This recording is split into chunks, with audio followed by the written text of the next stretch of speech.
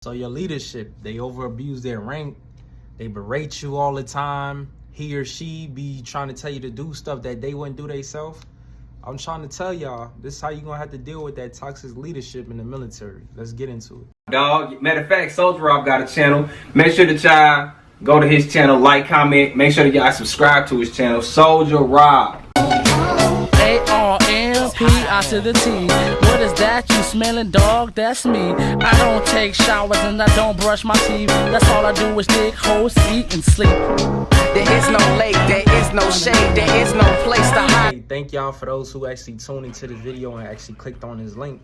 You know, a lot of y'all asked me, bro, why I have not been dropping content. Yo, it's just busy. Everything goes on. I do a lot of stuff besides the military, but I'm still here to give y'all the content that y'all need, because you know, it's some people, they coming into the military, privates, PFC specialists, etc. They're coming in and now they're coming into a toxic leadership environment. You know, toxic leadership is a different definition for everybody. Like, I might have my own definition. In my eyes, toxic leadership is a leader. He's not really caring about his soldiers. He's doing his own fucking thing.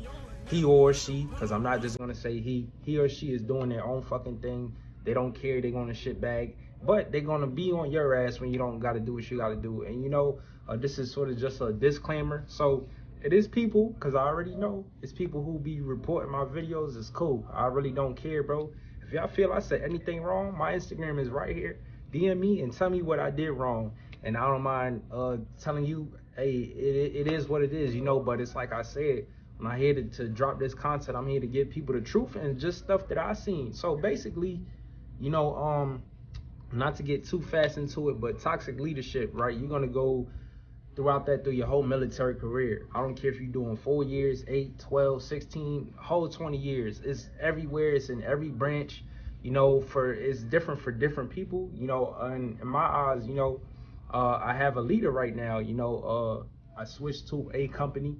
They're good. He doesn't do a whole lot of yelling and screaming. I'm not gonna say that I haven't ran into a toxic female team chief or anything, you know, but it is stuff that goes on that I see with other soldiers, you know, and it's like soldiers who's lower ranking than you, or somebody on the playing field. Like, and a lot of thing with these leaders too, like, since they have this thing on their chest, like, just think of Superman. If he has an S on his chest, y'all think he could be everybody ass, right?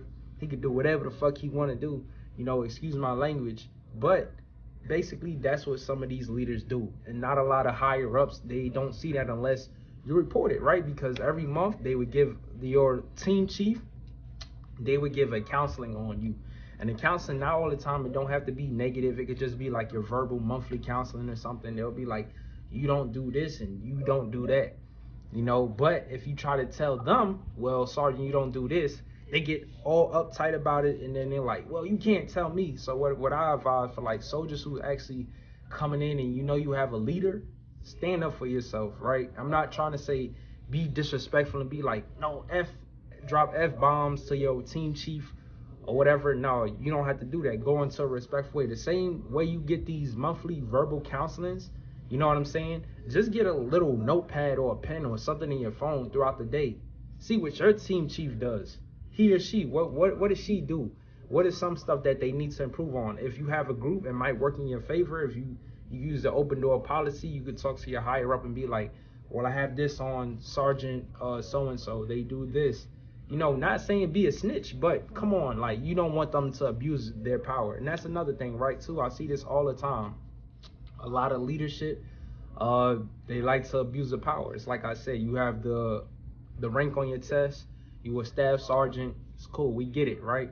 But you're yelling at a soldier. Like, for my example, like I seen the other day, it was just a soldier. He does nothing wrong. He's a mechanic, right? So he's just doing his thing. He's pretty aware of what he's doing, right? The staff sergeant, he yells at him every single day. He's like, what the F are you doing?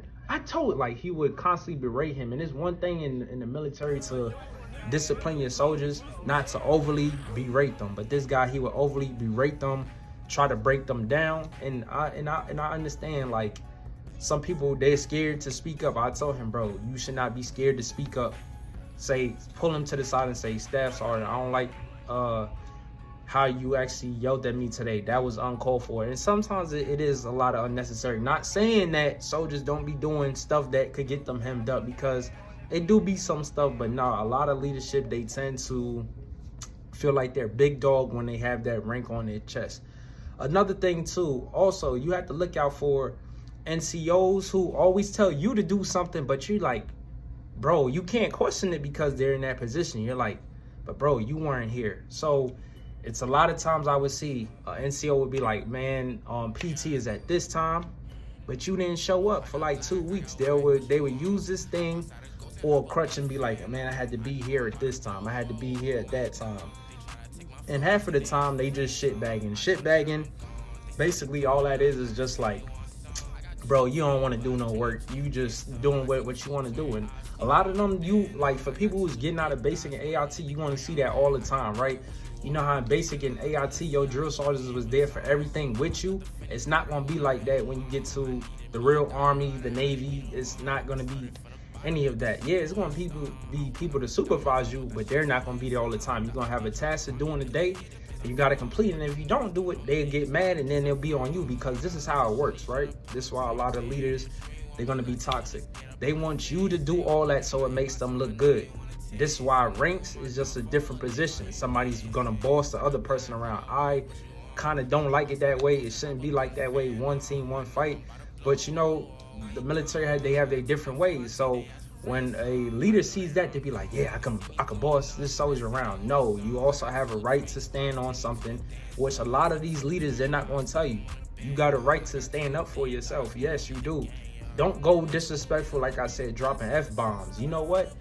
You know, this sergeant, he did this today. Okay, I'm gonna make a video. And if you have a group, if y'all want to just make a YouTube channel, not saying y'all gotta do what I do, make a group and be a video and say, well, don't mention their name, don't wear your uniform, because you don't want to, you know, put that person in jeopardy or yourself in jeopardy. But just be like, man, this person does this and that. Like, you're basically venting, but sooner or later that venting is going to reach out to somebody else who's probably going through what you're going through. You know what I'm saying? So those are some things to look out for. But it's like I said, it's like toxic leadership. It will never leave. But don't be afraid. Like, y'all have the open door policy. I know in like all branches of the military, they'll tell you they're busy. Your staff sergeants, they will try their best so you don't go use that open door policy. That is what they are afraid of. Believe it or not, they are afraid of that open door policy. Why is he telling the captain about this or what I'm doing to him? You know, you wouldn't have that problem if you weren't doing some of the stuff that you were doing, you know? So it's like I said, always just stay on your P's and Q's, do it in a respectful way. If you really want to report something, be respectful about it. Yes, Sergeant, but Sergeant, I'm going to be reporting this this afternoon. If they say that's fine, don't argue with them. Just go and do what you got to do.